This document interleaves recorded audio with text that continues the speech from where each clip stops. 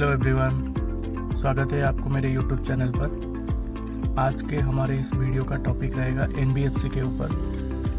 ये एनबीएफसी क्या होता है, क्या इसका मेजर फंक्शंस रहता है, कितने टाइप्स के एनबीएफसी हमारे इंडिया में अभी है और क्या इसका इम्पोर्टेंस रहता है हमारे ऊपर।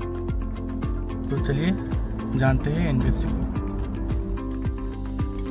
तो बेसिकली एनबीएफसी का मतलब होता है नॉन बैंकिंग फाइनेंशियल कंपनी, जो बैंक से अलग होता है लेकिन सेम सर्विसेज प्रोवाइड करता है बैंक के जैसा।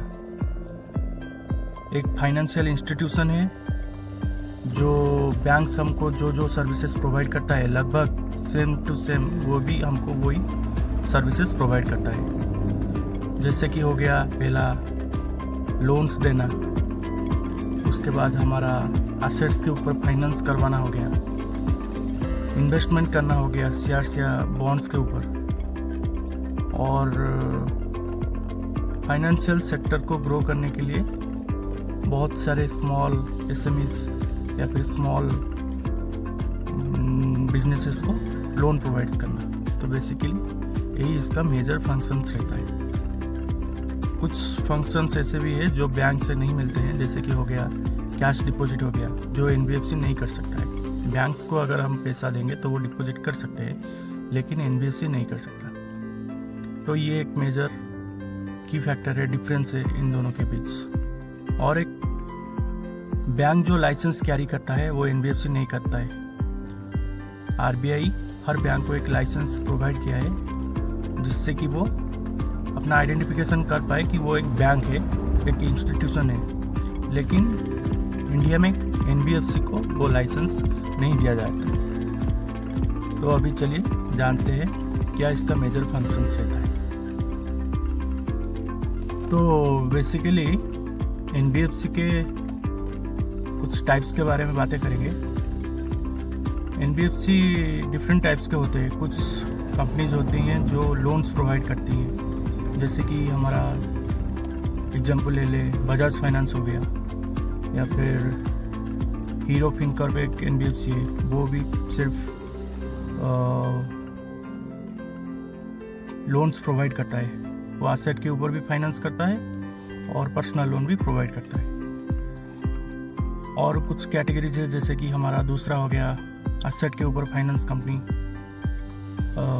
अगर हेवी व्हीकल्स होगा या फिर कुछ मशीनरी आइटम्स जो एसेट्स के ऊपर कंपनीज ले रहा होगा उसके ऊपर वो फाइनेंस करते हैं। एग्जांपल हो गया जैसे कि श्रीराम ट्रांसपोर्ट फाइनेंस, ये एसेट फाइनेंस कंपनी थे। तीसरा हमारा रहता है स्मॉल माइक्रो फाइनेंस, जो रूरल एरियाज़ में लो इनकम ग्रुप्स वालों को देते हैं, लोन प्रोवाइड करते हैं बिना कोई कोलैटरल के।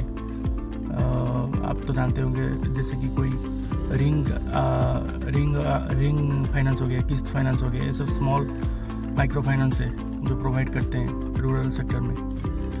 और भी ढेर सारी एनबीएफसी है। कोई कंपनीज इन्वेस्ट करती है शेयर्स के ऊपर, बॉन्ड्स के ऊपर, वो भी एक डिफरेंट कैटेगरी के टाइप्स में जाते हैं एनबीएफसी के अंदर। और चलिए जानते हैं इसके इम्पोर्टेंस के ऊपर। तो आइए जानते हैं एनबीएफसी का क्या इम्पोर्टेंस रहता है हमारे ऊपर।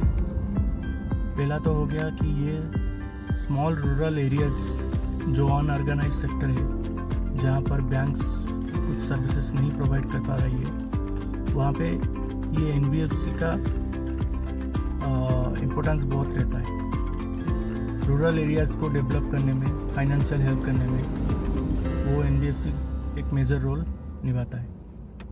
दूसरा हो गया हमारा जैसे कि इंफ्रास्ट्रक्चर को डेवलप करने के लिए या फिर कोई एक लार्ज प्रोजेक्ट को फाइनेंस करवाने के लिए एनबीएफसी एक मेजर रोल लेता है। जो बैंक्स टाइम लेता है वो एनबीएफसी ज़्यादा रेट ऑफ इंटरेस्ट ले, लेकिन वो थोड़ा जल्दी करके देता है ताकि प्रोजेक्ट जल्दी से जल्दी हो पाए। तीसरा रहता है हमारा एनबीएफसी स्मॉल एसएमईज या फिर स्मॉल बिजनेसेस या फिर इंडिविजुअल्स को वो लोन प्रोवाइड करता है। कई जगह पर बैंक्स वो लोन रिजेक्ट कर देते हैं, उनका लोन नहीं हो पाता है, लेकिन एनबीएफसी उनको करवाता है, तो उससे उनको थोड़ा मदद होता है फाइनेंशियल डेवलप होने के लिए। और एक मेजर फंक्शंस या फिर इम्पोर्टेंस कह लीजिए कि NBFC के होने के वजह से हमारा कंट्री अभी सिर्फ बैंकिंग सेक्टर के ऊपर नहीं डिपेंड हो रहा है। अभी वो फाइनेंशियल सेक्टर डाइवर्सिफाई हो रहा है कि अगर बैंक से हमको कुछ सर्विसेज नहीं मिल रहा है तो हम वो चीज़ें NBFC से ले पाए। तो ये एक अच्छी बात है, हमेशा हम बैंकिंग सेक्टर के ऊपर नहीं डिपेंड रह सकते हैं। तो NBFC ऑप्शन से हमको रीच आउट करने में, फाइनेंशियल गोल को अचीव करने के लिए। तो बेसिकली यही होता है, इसका मेजर इम्पोर्टेंस रहता है NBFC। और भारत में जितने भी NBFC है वो सब RBI के अंडर रेगुलेटेड है।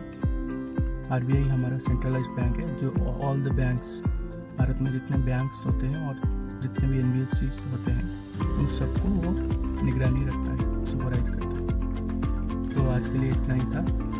अगले वीडियो में हम जानेंगे बैंक्स के एक टर्म के बारे में और NBFC के भी कुछ टर्म्स के बारे में जानेंगे और थोड़ा डिटेल्स एक टॉपिक हम लेके आएंगे। अगर आपको ये वीडियो पसंद आ रहा है, ये वीडियो में आपको कुछ इम्पोर्टेंट लर्निंग मिल रहा है, तो सब्सक्राइब कर दीजिए इस चैनल को। और क्या क्या इम्प्रूवमेंट मैं कर सकता हूँ प्लीज़ कमेंट कीजिए, ताकि आगे वाले समय में और भी अच्छा कंटेंट और वीडियो मैं आपके लिए ले पाऊँ। तो धन्यवाद।